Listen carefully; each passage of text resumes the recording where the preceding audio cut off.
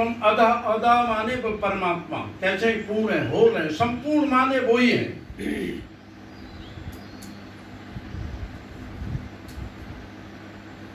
ये भी परमात्मा है। परमात्मा से अलग कोई माई का लाल इस धरती पर, इस पृथ्वी पर यूं बनता हो कि मैं बहुत तीस मार खाऊं,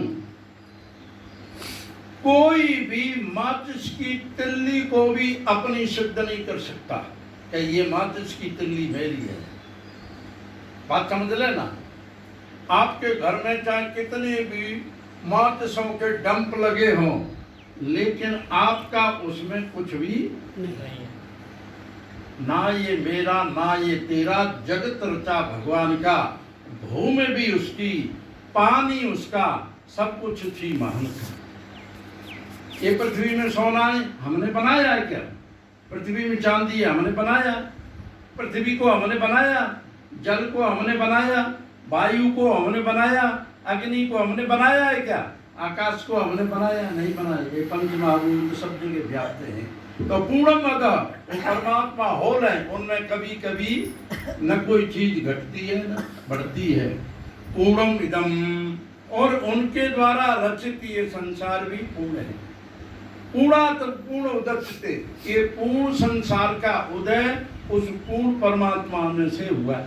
कोई समझ में बात नहीं आए तो बहन ऐसे हाथ उठा देना, थोड़ा सा ये समझ, हम दोबारा समझाएंगे, समझ में आ जाना चाहिए। आप इतना अमूल्य समय, हम जल्दी तो नहीं बोल रहे ना? नहीं, ठीक है।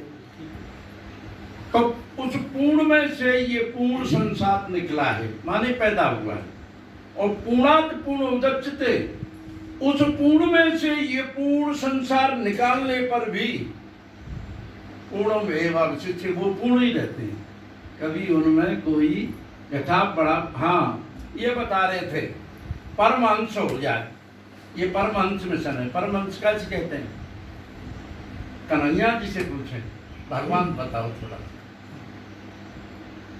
निर्माण मोहा, निर्माण मोहा जित संग दोषा, अध्यात्म नित्या विनवर्त कामा, द्वंद्वई विमुक्ता सुख दुख संयई, गच्छन्ति अमूढ़ा पदम अव्ययम तत्। जो परम पद के जीवित रहते हुए अधिकारी बन गए वो परमहंस है। अंडरस्टैंड?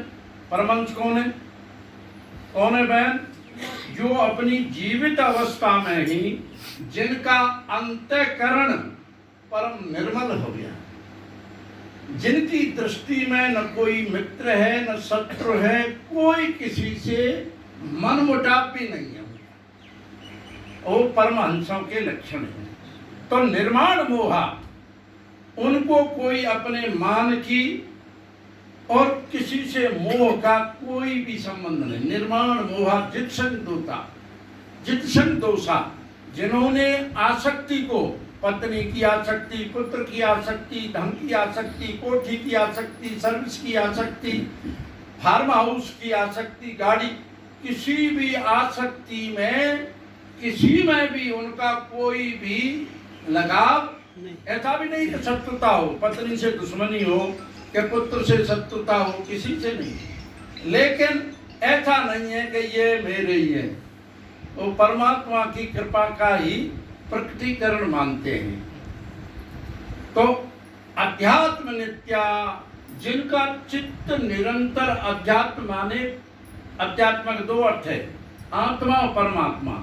हमारे चिंतन का, हमारी आत्मा का, वो साधक का, परमहंस का चिंतन हमेशा परमात्मा के साथ जुड़ा रहता है। जैसे पति के साथ समर्पित भाव रखने वाली देवी का भाव निरंतर, चाहे वो आटा गूंद रही हो, चाहे स्नान कर रही, कपड़े कुछ भी कर रहा हो, फिर भी उसका निरंतर सारे काम करते हुए पल पल में ध्यान कहाँ चला जाता है? पति से जो। ऐसे ही परमहंस जो है उनका ध्यान क्या है? परमात्मा से निरंतर जुड़ा रहता। अध्यात्म नित्या विनवर्त कामा, जिनके भोग की सारी लिप्साएं समाप्त हो गई, भोग की कोई भी इच्छा नहीं है। समझ जाना कि मुझे ऐसे कपड़े चाहिए, कि ये गाड़ी चाहिए, ऐसा खाना चाहिए, ये चाहिए कि वो चाहिए, समझ गए। अध्यात्म विनिवर्त कामा गच्छन्ति अमूढ़ा पदम अभ्यंतर। ये परमहंस के लक्षणों की बात हो रही। गच्छन्ति अमूढ़ा, जो entitled for the liberation, that is called the Paramhans, जो जीवित अवस्था में ही इस सारे संसार के बंधनों से मुक्त हो गए, कोई भी उन्हें बंधन नहीं है। अभी फिर इसका ज्ञान कौन कराए हैं? अभी ये हमारे उसका प्रारंभ नहीं हुआ है, से ध्यान से सुनो। अभी आपके जो मिशन है, आपकी जो बात है, उस पर बात चल रही है, और मिशन में जो परमहंस है उसके लक्षणों की बात हुई। अब परमहंस का ज्ञान हमें कौन कराए?